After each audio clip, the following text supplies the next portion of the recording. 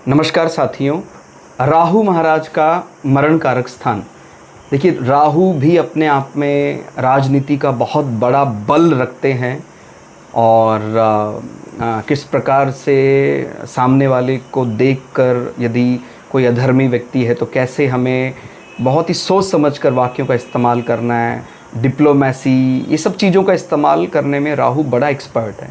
तो व्यक्ति अगर कोई इस बल को ज़्यादा हाईलाइट करवाना चाहता है और किसी भी अलग अलग संप्रदाय, अलग अलग समूह के साथ समन्वय, इस सब चीज़ों में वो एक्सपर्ट बनना चाहता है, because Rahu foreign land, foreign people, foreign culture, diplomacy, इन सब बल को रिप्रेजेंट करता है।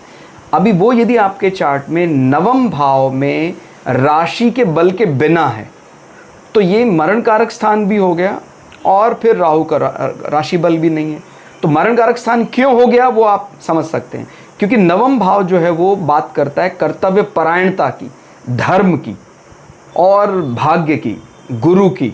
और जो राहु प्लैनेट है वो अलग प्रकार का है। जैसे कोई असत्य है उसको सत्य साबित करना है, माने असत्य को भी वो ऐसा बोलेगा, सत्य समान बोलेगा।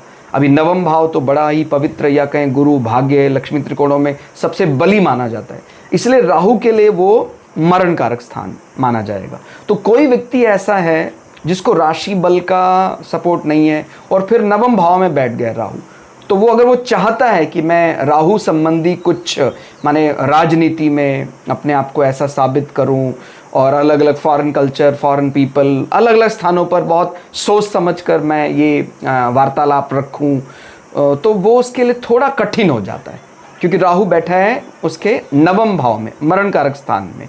तो इसी प्रकार से अलग अलग ग्रहों के मरण कारक स्थान से उसका अर्थ आप जान सकते हैं। लेकिन यदि राहु को पृथ्वी तत्व राशियां हैं, वायु तत्व राशि हैं, उनको बल मिल जाता है नवम भाव में, खासकर शनि के साइड के जो लग्न हैं उनमें यदि राहु नवम भाव में बैठे हैं तो फिर नवम भाव में बैठने के बाद भी उनको इस प्रकार बुरा नहीं मानना है। धन्यवाद।